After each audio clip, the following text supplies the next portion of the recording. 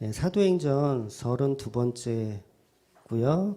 제목은 도망자라는 제목입니다. 사도행전 9장 19절에서 25절까지 말씀을 함께 같이 읽도록 하겠습니다. 시작.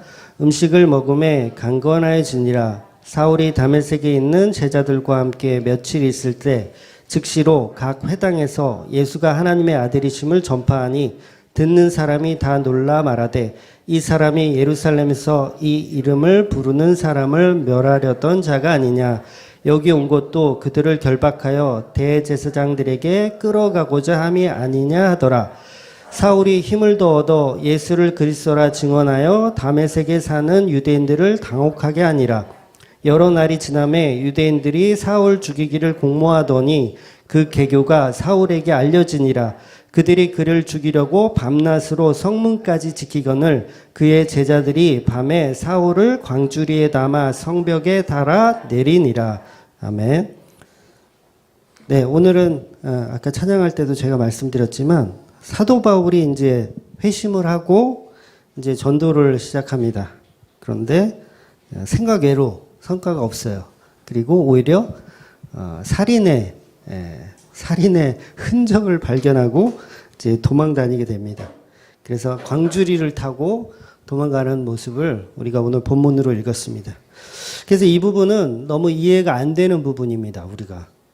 그러니까 하나님이 분명히 세우신 사도, 그러니까 우리가 마띠아를 제비를 뽑아서 뽑은 것도 아니고 하나님이 직접 선택하신 그 사도가 첫 전도를 시작을 하는데 이게 완전히 예수님 입장에서는 이 바울이 얼마나 예쁜 사람이겠어요.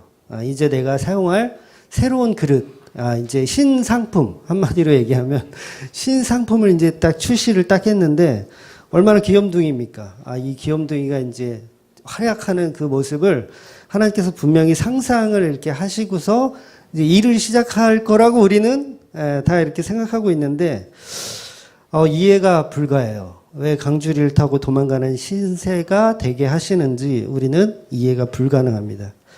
그럼 도대체 오늘 본문에서 우리에게 말씀해 주고 싶은 내용은 뭐냐?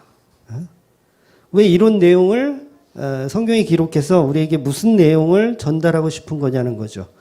하나님은 이방인들을 위하여 사용하시는 어쩌면 마지막 히든 카드 같은 존재인데 바울은 그런데 대박이 나야 하는데 쪽박이 난다는 거죠. 그럼 왜 그럴까? 그러면 그러면 훈련을 시키기 위해서 바울을 훈련시키기 위해서 하나님이 그렇게 지금 훈련하는 기간인가?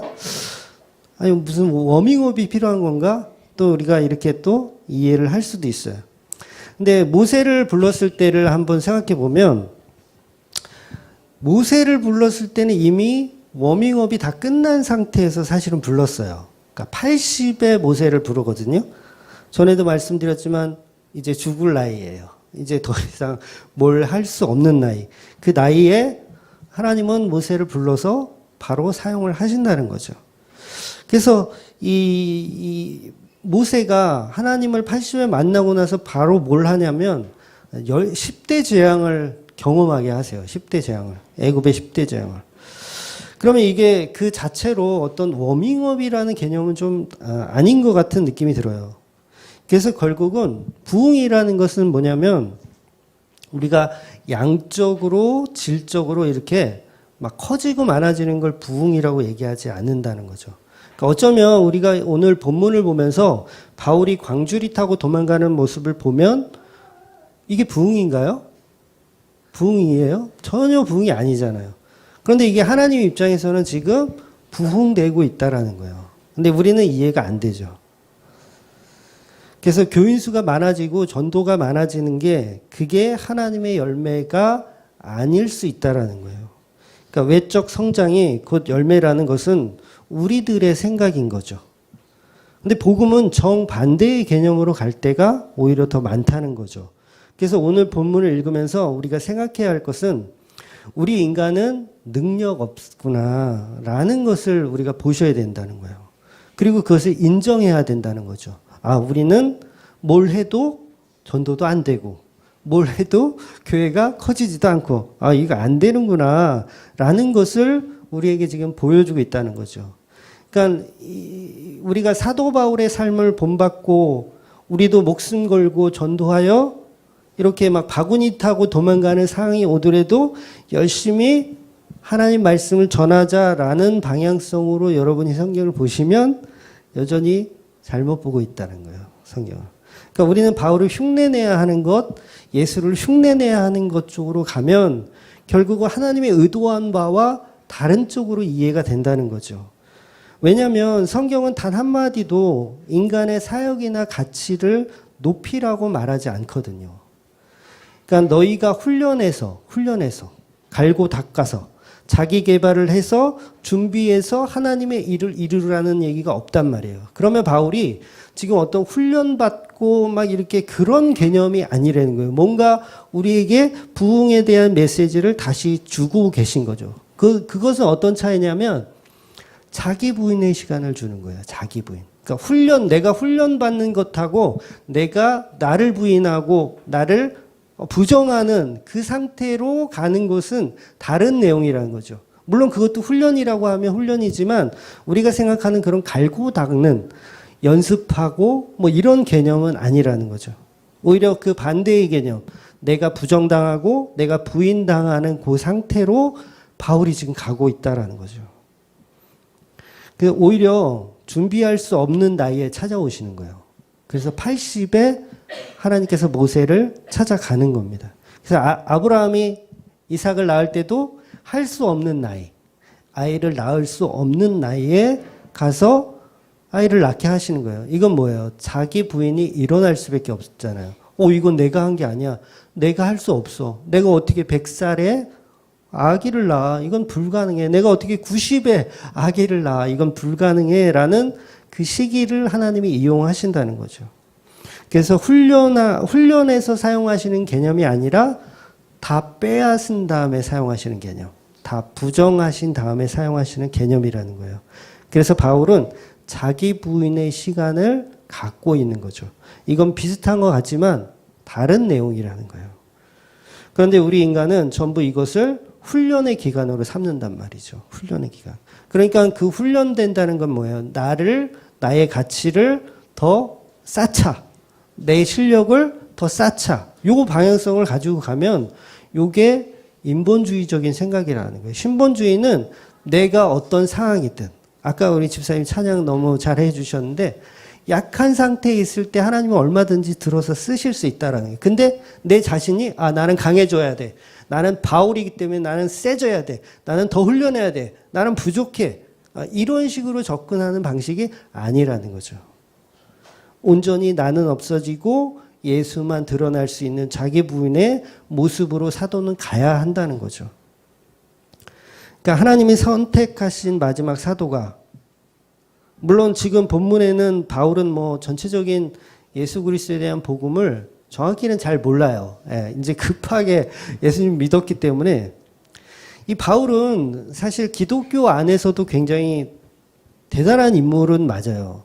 그래서 어떤 신학자들은 기독교의 창시자는 예수님이 아니고 바울이다라고 얘기할 정도로 굉장히 대단한 인물은 맞습니다.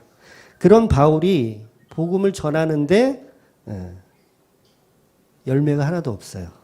성과가 하나도 없고 살인의 위험을 느끼며 광주리 타고 도망가는 상황이 연출되더라는 겁니다. 근데 예수님이 좀 도와주시지. 좀 도와주시지. 광주리 타고 도망가는 게 뭐야. 좀 도와주시지. 이제 바른 복음의 뭔지를 알게 되어서 이제 제대로 복음을 전해보겠다고 하는데 예수님은 매정하게 그냥 보고만 계시더라는 거예요. 도와주지 않고. 우리는 누구나 이렇게 생각할 수밖에 없잖아요. 예수님이 안 도와주시는구나. 근데 뭐예요? 지금 이 계획들이 다 하나님의 플랜 안에, 예수 그리스도의 계획 안에 있었다는 거죠. 그런데 우리 인간들은 생각하기에 하나님이 안 도와주신다라고 생각하는 거예요. 그리고 내가 어떤 능력이 부족한가 보다라고 또 점잖게 또 그렇게 가는 경우도 있다라는 거죠. 그러니까 예수님은 복음이 전파되는 곳마다 주의 백성들이 다 돌아오고 부흥 발전되고 막 이런 것을 원하실 것 같은데 성경은 또 그렇게 진행되지 않더라는 거예요. 그래서 제자들에게도 예수님이 이런 말씀을 하십니다. 마가복음 8장 18절을 보겠습니다. 너희가 눈이 있어도 보지 못하며 귀가 있어도 듣지 못하느냐 또 기억하지 못하느냐. 그러니까 복음을 전하면 사람들이 바로 반응이 오고 막 이렇게 막 몰려들고 막 그래야 진짜 복음 같잖아요. 진짜를 전하면 사람들이 막 오 진짜네 하면서 이렇게 막 몰려올 것 같은데 사람들의 반응은 그냥 시큰둥하다라는 거죠. 아니 그럼 바울이 지금 뭐 하고 있는 거예요? 열매도 하나도 없는 그 일을 하나님이 시켜서 하는 건데 이거 너무나 억울하지 않습니까? 교회라고 차려놨는데 성도가 한 명도 없어요. 이거 너무하신 거 아니냐고요. 하나님 최소한 바울을 책임져 주셔야 되는 거 아니에요. 지난주에 우리가 보았지만 이 바울은 분명히 하나님께서 말씀하시기를 내 이름을 이방인과 그리고 임금들과 이스라엘 자손들에게 전하기 위해 택한 내 그릇이라고 분명히 하나님은 말씀하셨는데 왜 도망자로 만들어 버리시냐는 거죠. 그러니까 바울이 회심하여 이제 회당에 들어가서 전도를 하면 한 2,000명이 이렇게 믿고 사람들이 이구동성으로 예수는 그리스도였군요. 막 이렇게 기뻐 춤을 추며 전도가 돼야 될 것 같은데 바울의 모습은 지금 그 모습이 아니라는 겁니다. 그러니까 이게 앞뒤가 안 맞는 거죠. 예수님 도대체 바울 왜 불렀어? 왜 이방인들을 위해서 불렀다고 해놓고 광주리 타고 도망가는 신세를 만드시라는 거죠. 교회를 하나님이 하라고 해서 했는데 물론 제 생각이에요. 하나님이 하라고 해서 했는데 5년을 했는데 자립이 안 돼. 물론 지금은 자립이 됐어요. 네. 그러니까 지금은 6년 가까이 이제 됐는데 5년 동안 자립이 안 돼. 목사들한테 욕이나 먹고 장로들한테도 욕 먹고 네. 안티들이 많아요. 어제도 욕 먹었어요. 네. 이런 광주리 타고 도망가는 신세를 왜 만드냐고요. 하나님이 교회 하라 그래서 했는데 진짜 억울하잖아요. 짜증나잖아요. 그런데 하나님이 그 모습을 원하신다는 거예요. 예수님이 그 모습을 원하신다는 거예요. 그게 하나님이 구성하는 방법이라는 거죠. 하나님은 인간들이 예측하는 방법으로 절대 복음을 전하지 않으신다는 거예요. 하나님은 하나님의 스타일이 있으세요. 그 스타일이 뭐냐면 힘을 뺏어 가신다는 거예요. 힘을 뺏어 가신다는 거. 여러분 바울이 얼마나 대단한 사람인지 우리가 잘 알잖아요. 그 사람은 정말 권력과 건세가 뭐 사람 하나 죽이는 거는 일도 아닌 사람이에요. 그 사람에게 지금 뭘 하는 거예요? 힘을 빼는 거예요. 힘을 빼는 거. 그 사람의 힘을 뺏어가는 거예요. 그게 하나님의 스타일인 거죠. 약한 자를 들어서 강하게 하시는 스타일. 스테반은 너무 강한 자예요. 이 바울은 너무 강한 자예요. 스테반도 죽이고 교회도 박해하는 그런 너무 강한 자. 그래서 힘을 빼는 거예요. 안 그러면 진짜 복음이 전달이 안 됩니다. 다른 복음이 전달이 될 수밖에 없어요. 그래서 힘을 빼는 겁니다. 모세에게 왕자의 아들이라는 타이틀의 힘을 빼앗는 거예요. 그리고 미디안으로 보내버리는 거죠. 거기서 힘 빼는 작업을 하나님이 하시는 겁니다. 그래서 우리는 늘 하나님의 사역을 하면서 우리의 힘을 세우기 시작하면 그게 율법주의라고 하는 거예요. 결국 나의 지식으로 하나님을 믿으려고 하는 모습으로 가는 겁니다. 그래서 오늘 본문에서 하나님이 바울을 미련한 자로 폭로시키는 거예요. 미련한 자. 힘이 없어야 되는데 힘이 있다고 생각하는 게 뭐예요? 미련한 거예요. 힘이 없는데 본인은 힘이 있대. 나 잘 안 돼. 복음이 뭔지 잘 알고 나는 성경도 많이 알고 그런데 그걸 미련하다고 하는 거예요. 그래서 그 힘을 빼앗아 놓으시는 거죠. 그러니까 바울한테 그런 거죠. 오버하지 마. 야, 오버하지 마. 너 왜 그래? 바울이 얼마나 기뻤으면 그러겠어요. 바울이 나쁘다는 게 아니에요. 예수를 믿고 나니까 내가 그동안 잘못 믿은 게 너무 속상한 거예요. 이 복음을 빨리 전해야겠다라는 마음에 다메섹에서 막 전하는 거예요.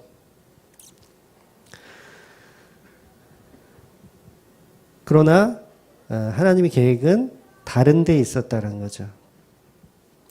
예루살렘에서 이제 그 다메섹까지 예수 믿는 사람 박해하러 가잖아요. 근데 부하들하고 같이 갑니다.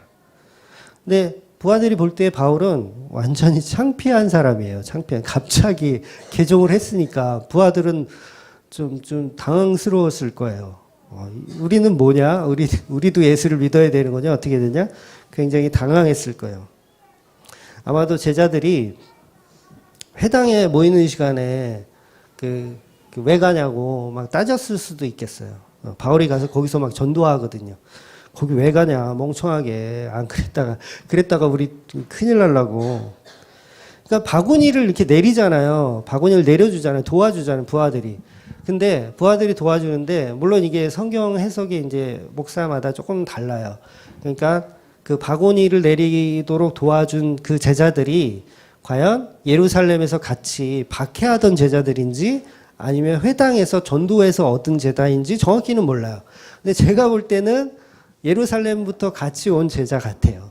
왜냐하면 이 바울이 전도를 해서 전도가 된 사람이 여럿이 있으면 이게 성경이 지금 앞뒤가 안 맞게 되거든요.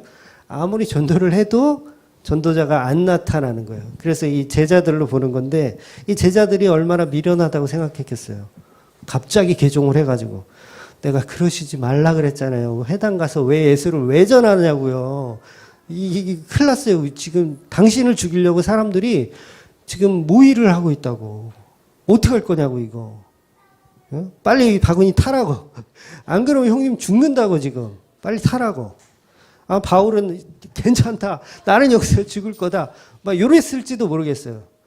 근데 제자들이 무슨 그런 말도 안 되는 소리를 하냐고 빨리 타라고.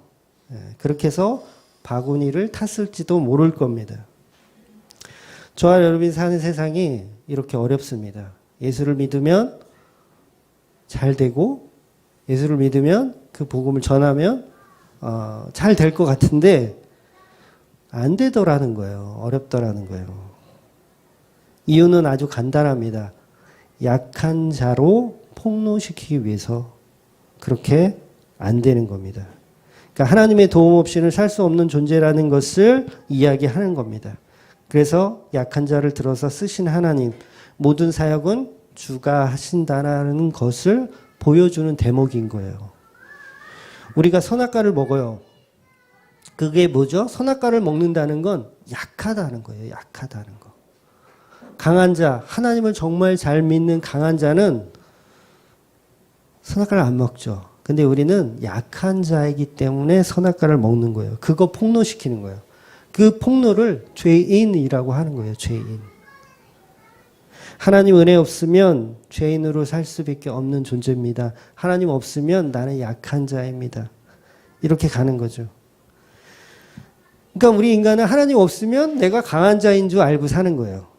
막 선악과 막 먹으면서 막 배 터지게 먹고 사는 거죠. 근데 하나님이 함께 하시는 자는 나는 약한 자입니다. 저는 선악과를 먹을 수밖에 없는 죄인이군요. 라고 가는 거죠. 그게 힘 빼는 거예요. 힘 빼는 거. 전에도 말씀드렸지만 바울은 회개라는 것을 안 했어요. 회개라는 것을 안 했어요.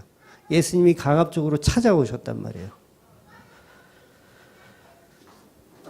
인간은 그냥 광주리를 타고 도망이나 가는 신세라는 겁니다. 바울과 저와 여러분에게 성경이 그걸 말하고 있는 거예요.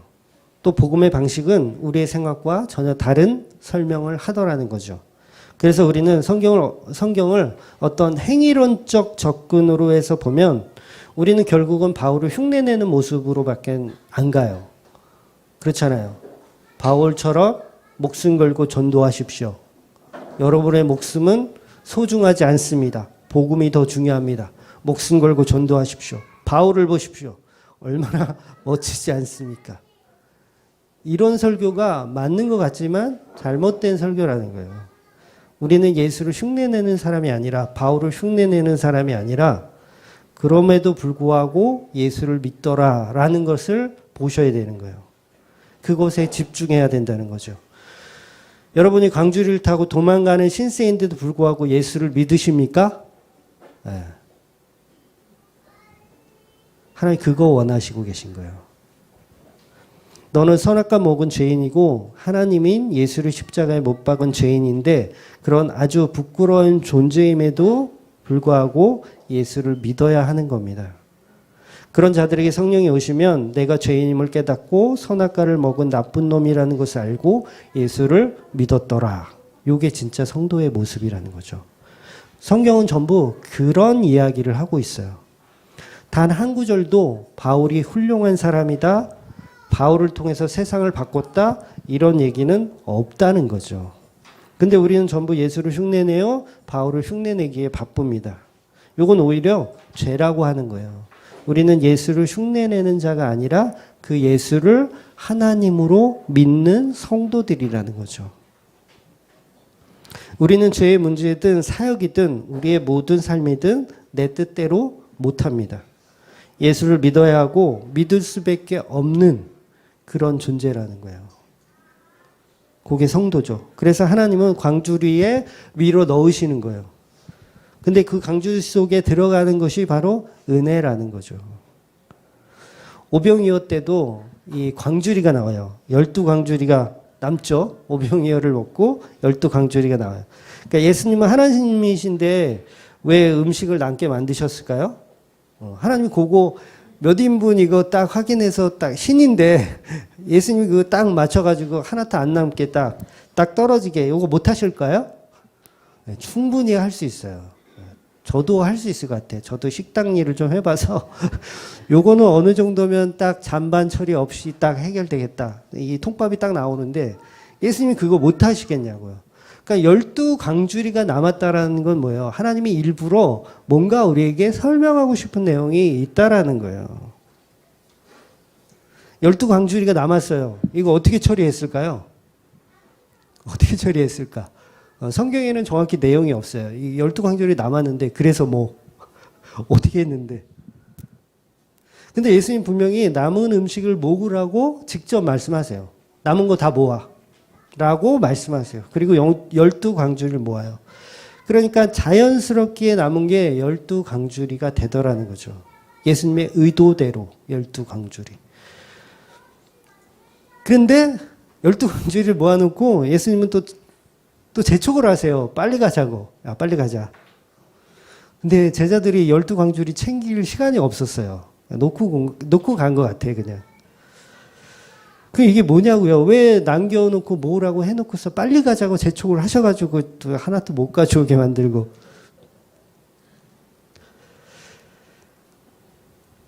우리는 이 12광주리를 남은 것을 보면서 뭘 생각하시냐면, 우리 인간은 12광주리 남았잖아요. 뭐 생각하냐면, 와, 예수님을 우리의 임금으로 삼아야겠다. 이런 생각을 한단 말이에요. 그러니까 저와 여러분이 12광주리가 남았대. 그러면 복이 차고 넘쳐서 12광주리가 남았다. 우린 또 이렇게 해석하잖아요. 그게 뭐예요? 예수님을 임금으로 삼으면 우리는 잘 먹고 잘 살겠구나. 이렇게 보는 거예요. 예수님의 의도가 과연 그 정도 수준이냐는 거죠. 그러니까 눈에 보이는 것을 우리는 보기를 좋아하고 그게 전부인 줄 압니다.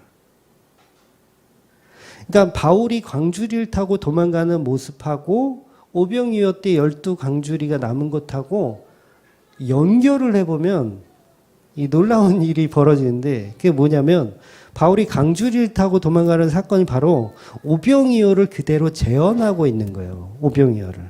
이게 무슨 얘기냐면 아까 읽은 마가복음 8장 18절이 보아도 보지 못하고 들어도 듣지 못한다는 그 말씀이 어디에 붙어 있냐면 바로 이 오병이어 사건 이후에 붙어 있어요. 그러니까 보아도 보지 못하고 들어도 듣지 못하는 사람이 뭐냐면 12광주리 남은 걸 우리에게 축복 주신 넘치도록 부어주신 하나님 우리 이 예수님을 임금 삼으시다라고 하는 사람들이 뭐예요? 보아도 보지 못하는 사람 들어도 듣지 못하는 사람이라는 거예요. 그리고 바울이 광주리를 타고 도망가는 모습을 보면서 와, 우리 더 훈련해야 되겠구나.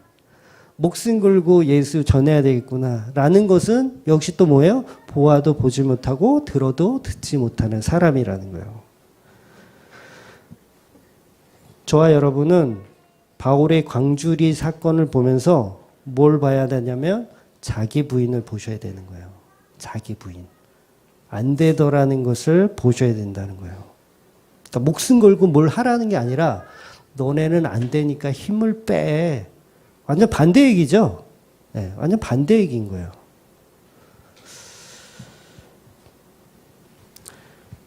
근데 사실은 이 바울의 강주리 사건은 넘치는 은혜인 거죠. 넘치는 은혜. 힘을 빼줄 수 있는 넘치는 은혜. 그러니까 예수님이 12광주리를 계획하셨잖아요. 바울의 광주리도 하나님의 계획 안에 있는 거예요. 예수님의 계획 안에. 그러니까 다시 말해서 바울이 광주리를 타고 도망가는 것은 예수 그리스도의 계획 속에 있었다는 거죠. 그래서 성도가 살아가는 모든 상황들은 예수님의 계획 속에 있습니다. 네. 좀 싫지만 광주리 타는 게 싫어요. 네, 좀 싫지만 있다라는 거예요. 지금 성경은 전도에서 사람 늘리는 게 관심이 있는 게 아니라 바울이라는 성도 자체에게 메시지를 주는 거예요. 그러니까 바울이라는 성도에게 메시지를 준다는 건 저와 여러분에게 주는 메시지와 동일한 거죠.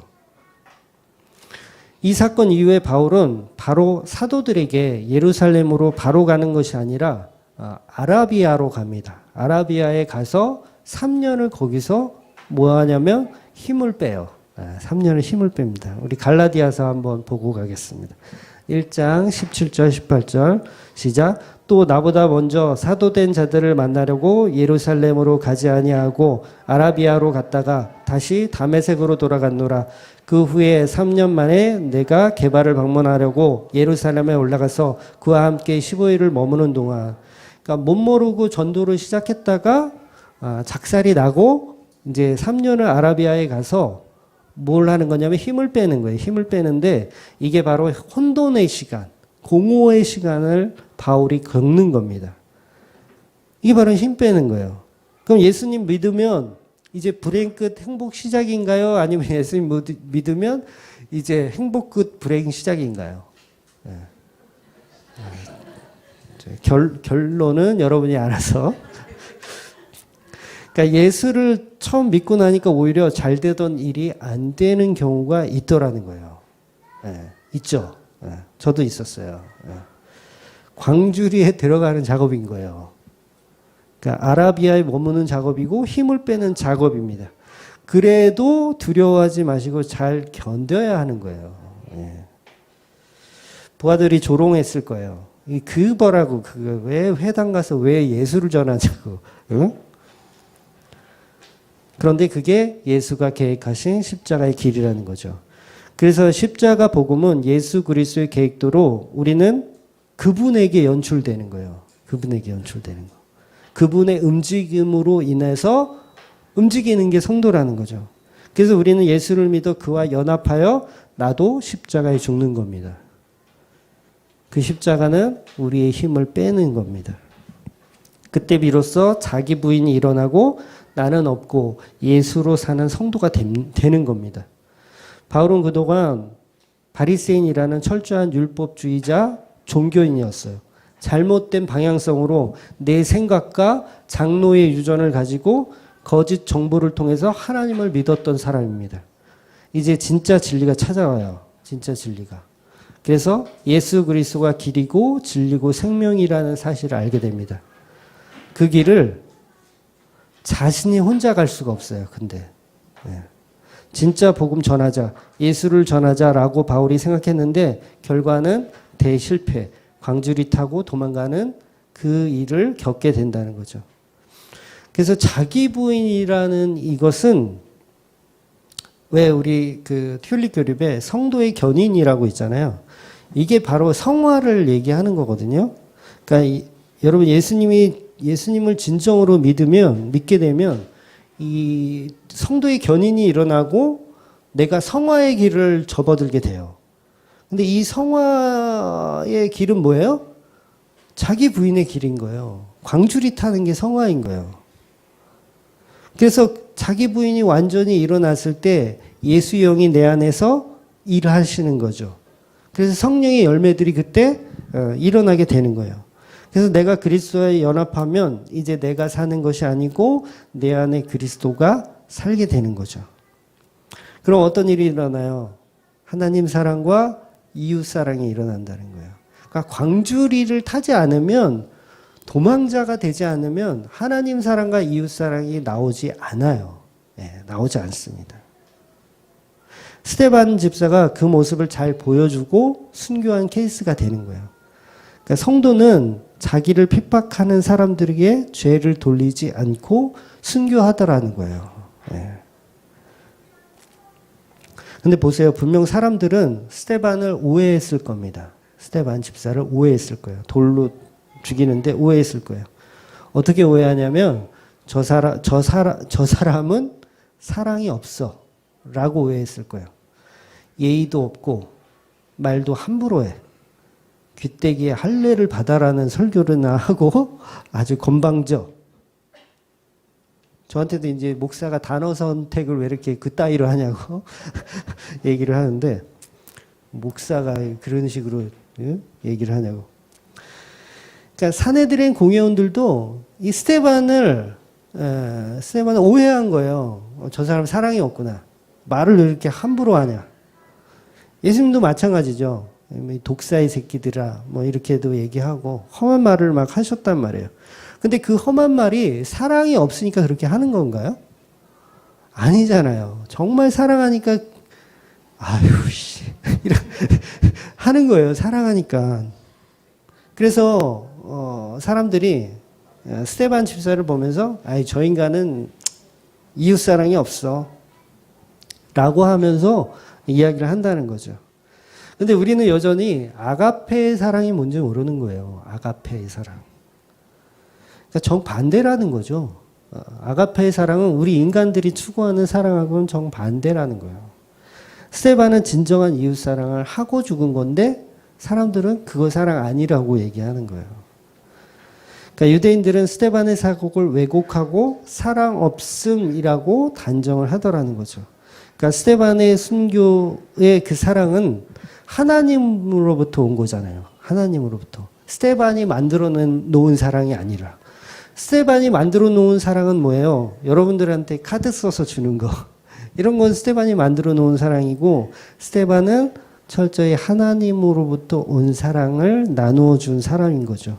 그래서 성령의 열매의 첫 번째 열매가 사랑이잖아요. 사랑. 사랑, 희락, 화평, 오래 참음, 자비, 양성, 충성, 온유, 절제. 이게 전부 하나님을 통해서 왔다라는 거죠. 스데반에게. 스데반은 이 사랑들을 이루고 순교를 하더라는 거예요. 근데 유대인들은 그 사랑의 뜻을 못 알아보더라는 거죠. 지금 바울도 마찬가지죠. 사람들이 예수를 통해서 얻은 그 진정한 사랑의 전달자로 섰는데 바울을 사람들이 오해하고 죽이려고 한다는 거예요. 그러니까 바울은 사실 거기 다메섹에 있는 유대인들을 다 살리기 위한 사랑의 동반자? 배터리? 뭐 이런 건데 사람들은 오해하더라는 거죠. 그러니까 당연히 바른 복음을 전하면 오해를 받는 게 정상이라는 거예요. 당연히 예수님도 하나님 사랑과 이웃 사랑을 실천하고 계신데 유대인들은 그것을 오해하여 십자가에 저주스럽게 죽이더라는 거예요. 예수님은 사람들에게 사랑을 주러 왔는데, 진짜 사랑, 아가페 사랑을 주러 왔는데 사람들은 그거 싫어. 그거 말고 너의 인간의 사랑을 원해. 신방해주고 전화해주고 뭐 이런 거. 물론 그게 나쁘다는 거 아니에요. 저도 좀 고쳐야 돼요. 저도 해야 되는데 중요한 건 이제 그 팩트가 그게 아니라는 거죠. 그러니까 사람들은 스데반과 바울을 사랑 없는 자로 매도하여 예수를 거부하더라는 거죠. 그래서 결국은 바울까지 죽이려고 공모를 꾸민다는 겁니다. 그러니까 예수님도 사역하실 때 얼마나 도망을 그렇게 잘 다니셨습니까? 왜 도망 다녀요? 왜곡된 사랑 때문에 도망 다니신 거예요. 그러니까 인간이 바라는 사랑하고 하나님이 주시는 사랑하고는 전혀 다른 내용이라는 거예요. 다른 내용. 그러니까 예수님까지도 도망 다니시는 거죠. 예수님은 하나님의 사랑을 전하러 왔고 아가페 사랑을 전하러 왔는데 사람들은 인간의 사랑을 달래는 거예요. 인간이 줄 수 있는 사랑을. 그러니까 사람들이 병을 고치기 위해서 예수님을 찾아오는데 예수님 매정하게 도망 다니세요. 물론 고쳐주시기도 하셨지만 도망 다니세요. 그러니까 그건 뭐예요? 너희들이 원하는 사랑하고 내가 주려는 사랑이 다르다는 얘기잖아요. 다르다는 얘기. 근데 우리는 어떻게 해석하냐면 아이고 매정한 사람, 아이고 치사한 사람, 그 능력 있으면 좀 병 좀 고쳐주지. 내가 수십 킬로를 지금 걸어왔는데 치사하게 산으로 도망을 가? 어디로 간 거야? 내가 빨리 쫓아가야지. 이렇게 사람들은 예수님을 오해하고 그 사랑을 이해하지 못한다는 거죠. 에이, 사랑 없는 선지자네. 사랑 없는 목사네. 라고 생각한다는 거죠. 진짜 사랑의 방식을 우리는 모르고 있는 거예요. 모르고 있는 거. 그러니까 예수님은 인간의 손에 안수를 받아 죽어야 하는 것은 엄청나게 큰 사랑인데 예수님은 인간의 손에 안수를 받아서 죽는 거예요. 그게 엄청나게 큰 사랑이란 말이에요. 제물되어 죽는 예수. 이보다 큰 사랑이 어디 있어요? 없어요. 네. 태초 이후부터 종말까지 이보다 큰 사랑은 없습니다. 십자가라는 사랑의 결정판, 하나님 사랑과 이웃 사랑의 결정판, 그 11조로 죽으신 예수를 사람들이 못 알아보더라는 거죠. 그러니까 혈우병 앓고 있던 여인이 예수님의 옷자락을 만져요. 예수님의 옷자락을 덥석 만져요. 마태복음 9장 20절, 22절 보겠습니다. 시작. 12해 동안이나 혈루증으로 앓던 여자가 예수의 뒤로 와서 그 겉옷가에 만지니 이는 제 마음에 그 겉옷만 만져도 구원을 받겠다 함이라. 예수께서 돌이켜 그를 보시고 이르시되 따라 안심하라. 내 믿음이 너를 구원했다 하시니 여자가 그 즉시 구원을 받으리라. 병을 고쳐준 거를 구원으로 연결시켜서 말씀하시는 거예요. 병을 고쳐줬는데 구원으로 연결시켜요. 그리고 이 말씀에서 도대체 여인이 갖고 있었던 그 믿음은 뭐냐라는 거예요. 여인이 갖고 있었던 믿음. 단순히 내가 병을 낫고자 했던 거였으면 예수님께서 구원까지 말씀하시는 거는 좀 오바스럽잖아요. 약간 오바스럽잖아요. 그러니까 옷자락을 만져서 고침받는 것은 또 그것을 또 예수님이 믿음이라고 그래요. 제가 볼 땐 믿음 아닌 것 같은데. 옷자락 만지려고 하는 거는 병자라면 당연히 하는 제스처 아닌가? 라고 생각할 수 있어요. 근데 예수님 뭔가를 지금 정의하고 계신 거예요. 정리를 해주고 계신 거예요. 병 고치는 게 무슨 구원이야. 우리는 이렇게 생각하잖아요. 근데 뭔가 지금 정리해주고 계세요. 그러니까 성경이 이 사건을 통해서 진짜 사랑이 뭔지를 그림자로 예표해주고 계신 거예요. 이 혈루병 앓고 있던 여인을 통해서 진짜 사랑, 구속사적 사랑이 뭔지를 설명하고 계신 거예요. 그러니까 이 짧은 사건을 통해서 제가 나중에 이제 복음서 강해를 한 번 더 이제 할 거지만 전에 했던 요한복음 강해는 조금 부족했어요. 아마 거의 다 못 들어보셨을 텐데 좀 부족했어. 부족했음에도 불구하고 그거 듣고 다 나갔어요. 그거 듣고 다 나갔어요. 그러니까 이 복음서 자체도 사실은 이 한 대목 한 대목이 다 십자가 이야기예요. 복음서가. 이게 굉장히 놀랍거든요. 복음서도. 복음서에 보면 예수님의 행적들이 여러 가지가 있잖아요. 뭐 오병이어도 있고 뭐 병자를 고치기도 하고 여러 가지 사건들이 있는데 이게 십자가로 다 모아져요. 십자가로 다 모아져. 나중에 복음서 강의를 할 때 하겠습니다. 그래서 이 사건에서 혈루증 앓고 있던 여인이 바로 십자가 믿음이 뭔지를 예수님께서 설명하고 계신 거예요. 그러니까 여자가 가졌던 믿음은 그냥 단순히 병을 고쳐야 되는 믿음이 아니고 십자가 믿음인 거예요. 십자가 믿음. 십자가 믿음이 아니면 예수님은 너는 너 믿음을 통해서 구원을 얻었다는 말을 하셔서는 안 되는 거죠. 그죠? 우리는 구원을 어떻게 받아요? 십자가를 통해서 받잖아요. 근데 예수님은 십자가가 없는 상황에서 너가 구원받았다라고 말씀하시면 이게 지금 교리적으로도 문제가 되는 거예요. 예수님은. 근데 예수님 분명히 이 사건을 통해서 십자가를 이야기하고 계신 거죠. 근데 우리는 그거 못 봐요. 왜 못 봐냐면, 지혜가 없어서 그렇죠. 하나님의 지혜가 없어서 그렇죠. 이 사건은 단순히 병을 낫고자 하는 그 믿음을 말하는 게 아니고 십자가의 믿음이 진짜 믿음이라는 것을 보여주시는 대목이에요.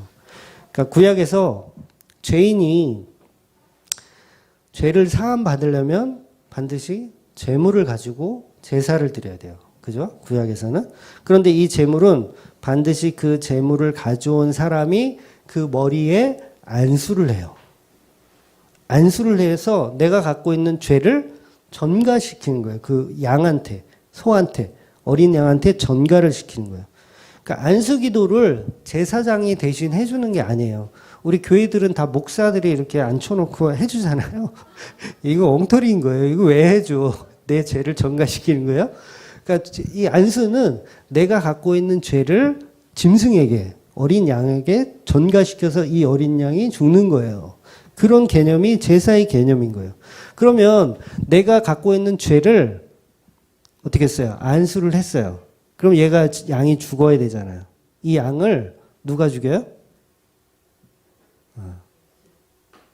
예, 이것 봐. 제사장이 죽인다고 생각해. 근데 가져온 사람이 죽이는 거예요. 가져온 사람이 죽이는 거예요. 그러니까 우리 세번역으로 한번 볼게요. 레위기 1장 5절을 보겠습니다. 레위기 1장 4절부터 있군요. 4절부터 보겠습니다. 4절부터 시작. 제물을 가져온 사람은 번제물의 머리 위에 자기 손으로 얹어야 한다. 그래야만 그것을 속지 않은 제물로 받으실 것이다. 그런 다음에 제물을 가져온 사람은 거기 주 앞에서 그 송아지를 잡아야 하고 아론의 혈통을 이어받은 제사장들은 그 피를 받아다가 회막 어귀에 있는 제단 둘레에 그 피를 뿌려야 한다. 그렇죠? 가져온 사람이 죽이는 거예요. 그러니까 제사장은 피를 받아서 제단에 뿌리는 역할을 하는 거고 짐승의 목숨을 취하는 건 우리가 하는 거예요. 본인들이 하는 거예요. 본인들이. 그러니까 누가 잡아주는 거 아니라는 거죠. 누가 잡아주면 죄에 대한 고백이 덜해지게 돼 있어요. 내가 죽여야지. 이게 나잖아. 이 어린 양이 나잖아. 내가 이렇게 죽는구나. 그래야 이게 죄사함의 이 의미가 있잖아요. 그러니까 내가 죽이는 거예요. 그래서 어디서 잡아 죽이냐면 회막문에서 잡아 죽여요. 회막문에서. 그러니까 양을 데리고 가서 회막문에서 잡아 죽입니다. 그러니까 회막문은 장막이라는 거예요. 장막. 장막이 뭐예요? 하나님 만나는 곳. 하나님과 대면하는 곳. 그게 장막의 의미거든요. 그러니까 이 양을 하나님께 나의 죄를 통하여서 바쳐드리고 하나님과 다시 회복을 하는 거예요. 관계를 회복하는 거. 그래서 이 만남의 장소입니다. 회막문은. 만남의 장소에서 어린 양을 죽여 하나님을 만나는 의미로 제사를 우리가 드리는 거예요. 그래서 죽은 어린 양의 피를 이제 제사장이 피를 제단에 뿌리는 거죠. 그러니까 예수님을 십자가에 누가 대신 죽여주는 것이 아닙니다. 다른 사람이 예수님 십자가에 죽여주는 게 아니라 저와 여러분의 손으로 예수님 죽이는 거예요. 그러니까 구원은 반드시 우리 손으로 예수를 죽여야 구원이 있어요. 그러면 회개라는 게 뭐예요? 내가 예수를 죽였구나. 이게 회개인 거예요. 그럼 보세요. 우리가 예수를 믿으면 내가 예수 죽인 사람이라는 거를 모르잖아요. 교회 다니는 사람은 대부분의 사람들이 만약 모르잖아요. 그럼 아직 예수 안 믿는 거예요. 그 사람은. 아직 구원받았다라는 확신을 얘기할 수도 없는 사람인 거예요. 양을 내가 잡아서 해야 이게 제사가 이루어진 거잖아요. 근데 예수를 내가 십자가에 안 죽였어. 유대인들이 죽였고 다른 못된 인간들이 죽였지 나는 안 죽였어 라고 하면 이 사람은 아직 복음이 뭔지 모르는 사람이라는 거죠. 성도는 그래서 예수를 십자가에 못 박은 사람만 성도가 될 자격이 있는 거예요. 네. 반드시 죄를 경험해야 된다는 거죠. 그래서 그러니까 죄가 무엇인지 아는 사람만 구원이 있는 거예요. 내가 예수를 안 죽였는데 그 사람에게 무슨 구원이 있어요? 죄도 없는데. 내가 예수를 죽인 자구나. 그건 모르면 그 사람은 아직도 회개한 것이 아닙니다. 그럼 혈루병을 앓고 있던 여인이 한 게 뭐예요? 지금 십자가의 제사를 드린 거예요. 십자가의 제사를. 이것을 믿음이라고 하는 거예요. 그 여인은 자기가 갖고 있었던 죄를 상징하는 그 혈류병을 예수 그리스도의 옷자락을 만지면서 뭐 한 거예요? 안수를 한 거예요. 전가를 시킨 거예요. 그래서 그 믿음이 너를 구원했다라고 예수님이 설명하시는 거예요. 십자가의 이야기인 거예요. 그러니까 여인은 어린 양으로 오신 그 예수에게 안수를 하는 거예요. 안수를. 그래서 12회라는 12회 12년 동안 혈루증을 상징하는 12이라는 숫자는 인간의 숫자잖아요. 제자들의 숫자고 죄인들의 숫자예요. 그 죄인들이 예수 그리스도의 옷자락을 만져 구원에 이르는 방식을 설명하는 대목인 거죠. 그래서 나의 죄를 예수에게 안수하여야 구원을 받는 거예요. 그러니까 그 혈루병이라는 그 죄를 예수 그리스도의 어린 양이신 십자가에 그 옷자락에 만져 전가를 시키는 겁니다. 예수라는 어린 양의 생명을 취하는 거죠. 내가 만지면 어린 양 죽는 거예요. 여러분 그 과거에 지금 이 시대는요. 혈류병 앓고 있던 병이 있던 사람이 정상적인 사람 만지면 어떻게 돼요? 그 사람도 부정하게 되는 거예요. 그러니까 내가 부정한 자야. 내가 뭉둥병자야. 근데 내가 누군가를 만져. 그럼 그 사람도 나랑 똑같은 부정한 자가 되는 거예요. 그러니까 이 혈루병 앓고 있던 이 여인은 이건 믿음 아니면 안 된다는 거죠. 만지는 순간 어떻게 되나요? 예수님도 부정한 자가 되는 거기 때문에. 그래서 레위기 제사가 바로 지금 이 여인의 모습이라는 거죠. 이것을 믿음이라고 하는 거예요. 그러니까 이렇게 예수의 사랑을 통해서 그 믿음을 통해서 구원은 이렇게 이루어진다는 거죠. 예수 십자가로.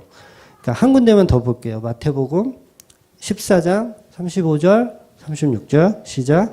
그곳 사람들이 예수인 줄을 알고 그 근방에 두루 통치하여 모든 병든 자를 예수께 데리고 와서 다만 예수의 옷자락에도 손을 대게 하시기를 간구하니 손을 대는 자는 다 나음을 얻으리라. 아주 난리가 났어요. 난리가 났어요. 사람들이 와서 옷자락에 손만 대면 다 나. 그러니까 병자들이 몰려와서 다른 거 없어요. 그냥 예수 그리스도의 옷자락에 손을 댔더니 다 낫는 거예요. 그러니까 예수님은 철저하게 안수되어져 죽는 어린 양의 모습을 보여주는 대목인 거죠. 그러니까 병자를 고치는 예수의 모습이 바로 십자가 이야기를 하고 있는 거예요. 십자가 이야기. 너희는 나에게 너희의 죄를 안수하여 내가 십자가에 달려 죽으면 그게 구원이야.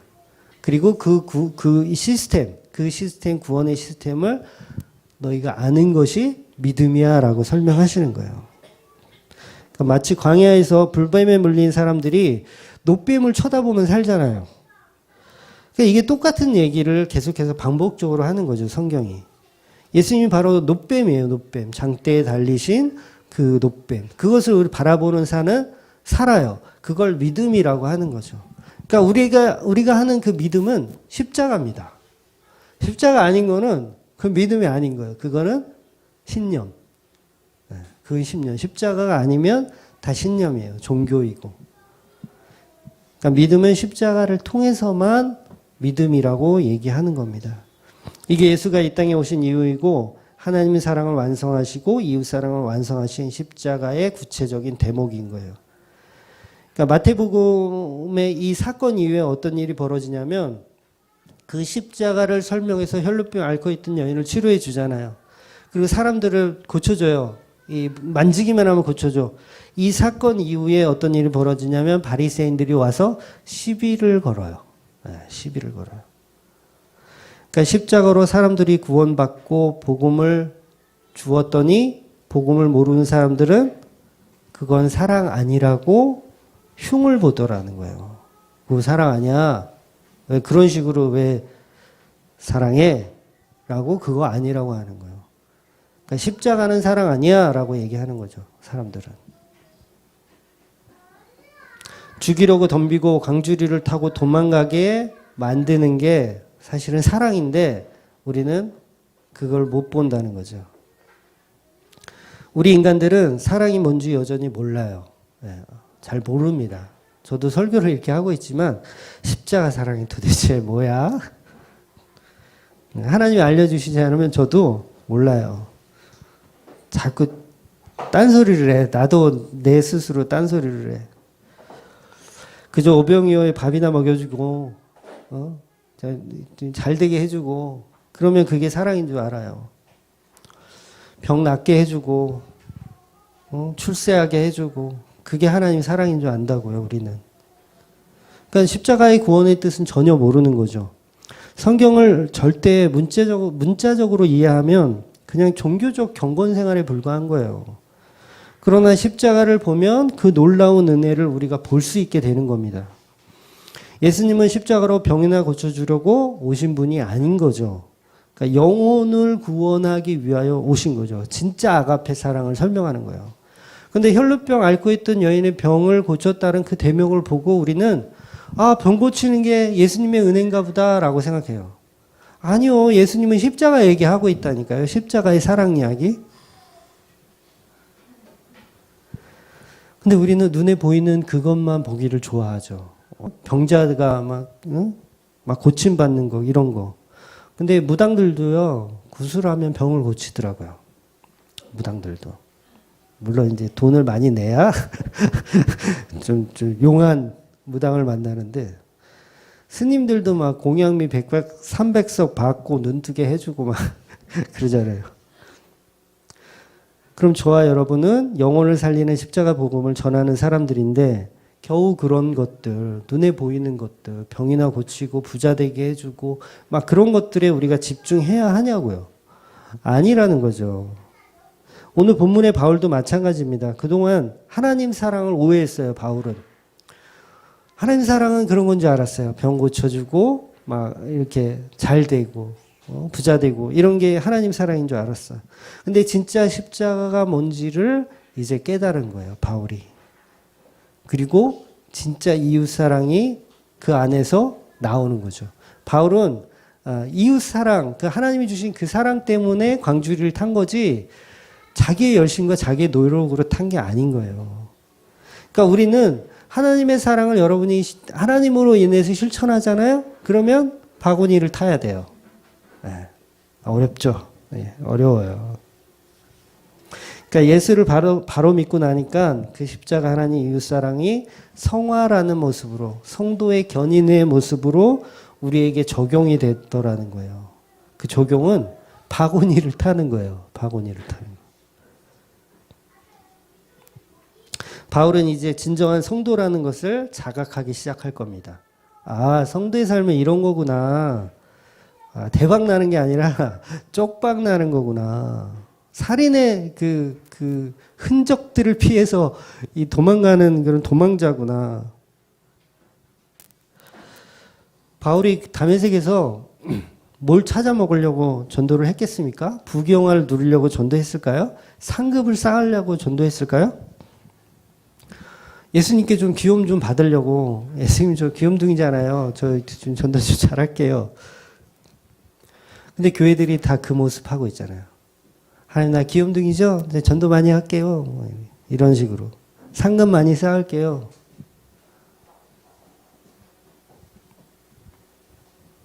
사경회 때 왜 여러분들이 사랑하는 사람들을 이렇게 모시고 오신 분도 계시고 이제 못 모시고 오신 분도 계시고 그러잖아요. 근데 그게 나 바른 믿음 잘 믿으니까 나 뽐내려고 여러분이 모시고 온 건가요? 아니면 이 주방교회 이거 지금 성도 늘려주기 위해서 여러분이 모시고 온 건가요? 아니죠? 네, 전혀 아니에요. 그냥 이웃 사랑이에요, 그게. 사랑 전하고 싶은 거예요. 진짜 복음 뭔지 전하고 싶어서잖아요. 그러니까 왜 교회에서 보면 그런 거를 해요. 태신자 카드라는 게 있어요. 태신자. 앞으로 내가 모실 사람에 대한 정보를 나누고 목사님한테도 주고 같이 기도하는 그런 개념. 그래서 뭐 총동원 주일, 뭐 친구 초청의 밤 이런 걸 하면서 막 이름을 써내래. 난 써낼 사람도 없는데 난 사회적으로도 왕따라서 근데 계속 써내래. 뭐 누구도 좋으니까 써내래. 이거는 복음의 개념보다는 성도 늘리기가 목표라는 거예요. 아직도 우리는 인본주의 속에서 신앙생활을 하고 있는 거죠. 새로운 사람들이 왜 이렇게 안 나오냐 교회에. 여러분들 뭐 하고 있는 거예요 지금.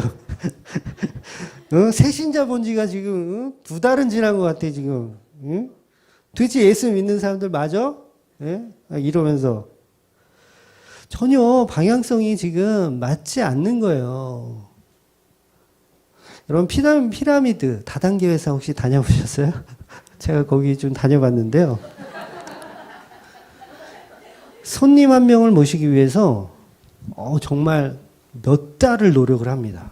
몇 달을 노력해요. 어떻게 노력하냐면 그 사람의 뒷조사를 다 해요. 그러니까 그 사람의 뭐 나이, 이름, 직업, 출신, 어디서 무슨 일을 했었고, 과거의 행적들, 그 다음에 그 사람 취미가 뭔지, 그 사람의 또 특기가 뭔지, 이런 거를 몇 달 동안 내 라인에 있는 선배들하고 계속 그거를 공부를 해요. 네, 같이 나눠주면서 공부를 해. 그리고 손님 하나를 모셔요. 네, 그렇게 모시는 거예요. 걔네들 아주 열심히 살아요.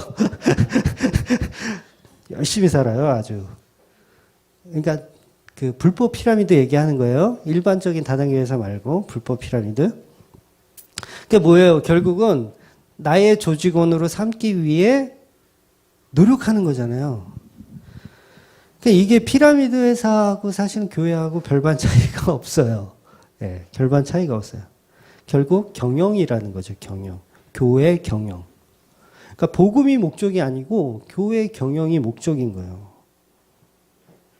물론 전도하고 싶은 사람을 서로 공유해서 기도해 달라고 하는 게 그게 나쁜 것은 아니지만 복음의 목표가 아니라 교회의 성장과 교회의 규모를 키우기 위해서 또는 내가 예수 잘 믿으니까 그거에 대한 어떤 결과물을 내기 위해서 하는 거면 그건 다 틀렸다라는 거죠. 우리는 여전히 인본주의적으로 교회를 운영하고 있다라는 거예요. 믿는 사람이 아무리 없어도 광주리를 타도 그게 은혜라고 여러분은 생각하셔야 되는 거예요. 교회는 복음을 전하는 곳이지 교인 수를 늘리는 곳이 아니에요.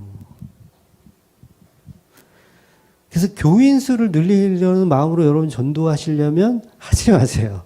네, 하지 마세요. 교회 이름 말하지 마시고 그냥 전도하세요. 차라리. 그러니까 이게 출처를 얘기해야 되니까 제가 어쩔 수 없이 저도 유튜브에다가 교회 이름하고 이렇게 하지만 그게 목적이 돼서는 안 돼요. 물론 저도 새로운 성도가 오고 교인 수가 늘어나면 좋아요. 저도 좋아요. 이거 어쩔 수 없어요. 저도 좋아요. 그런데 반드시 우리가 알아야 할 것은 그게 목적이 되어서는 안 된다는 거죠. 네. 그러니까 계속해서 우리는 바구니 생각을 해야 되는 거예요. 야, 그래도 내가 사역을 해야지. 바구니 타는 한이 있어도 내가 해야지. 아무도 내 얘기 안 들어주고 아무도 내가 전하는 복음을 이해 못하더라도 그래도 해야지. 그 마음으로 가자는 거죠.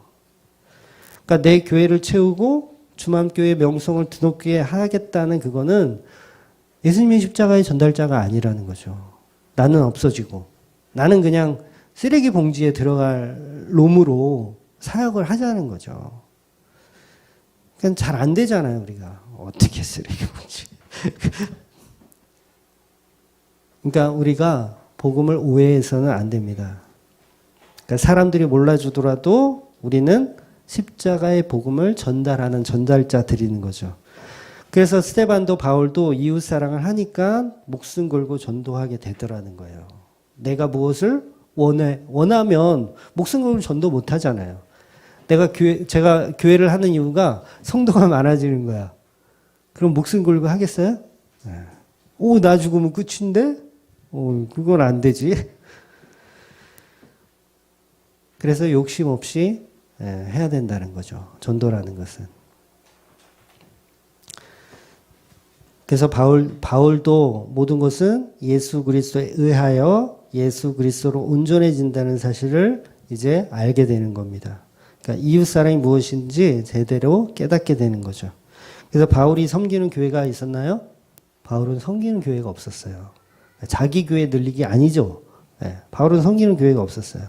다메섹 사람들에게 전도해서 어느 교회를 보내야 될지도 사실을 몰라요. 예루살렘 교회 보낼 거예요? 네, 없어요. 바울은 그냥 교회 수 늘리기가 아니라 복음을 전한 거라고요. 복음을.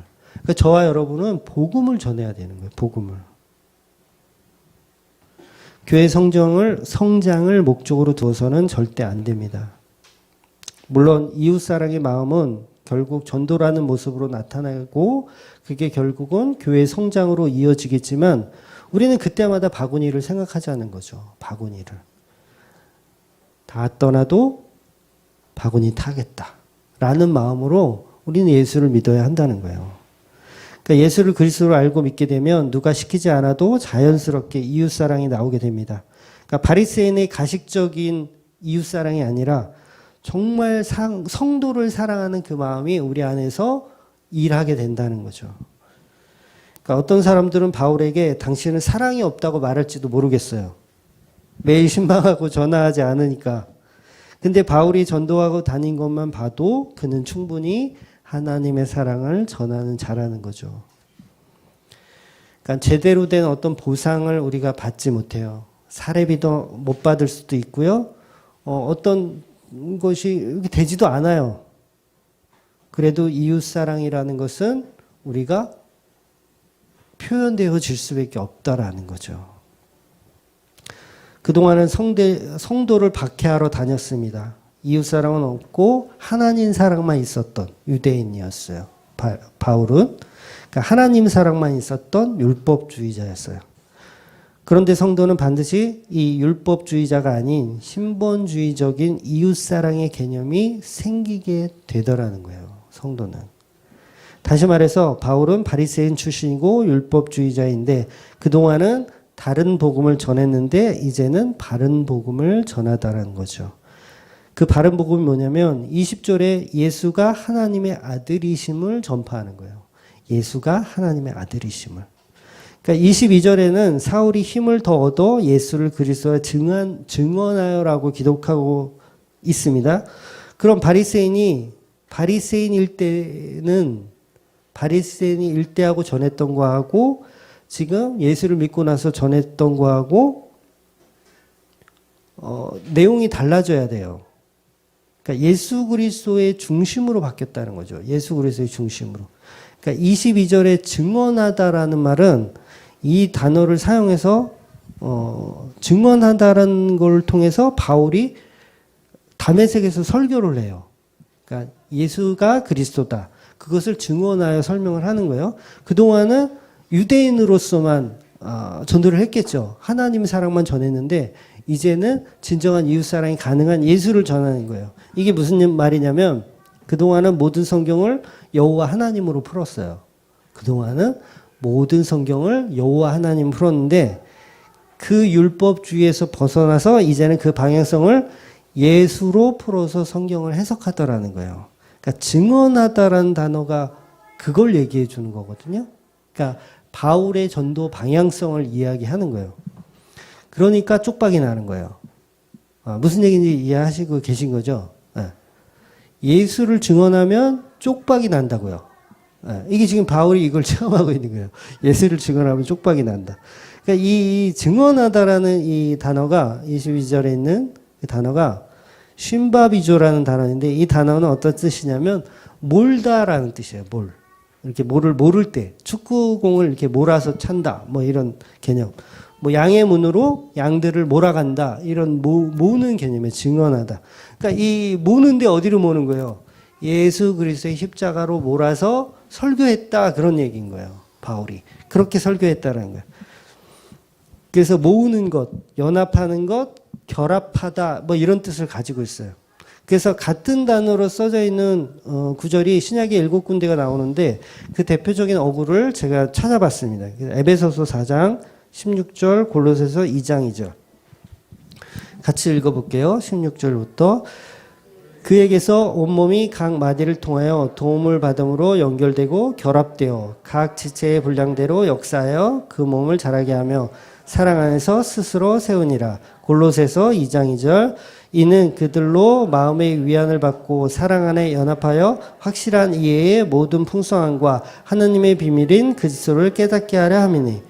그러니까 바울이 이 당시에 설교했던 내용을 우리가 짐작할 수가 있는 거예요. 바울이 다메섹에서 어떤 설교를 했기에 아무도 안 믿고 바구니를 타야 되는지.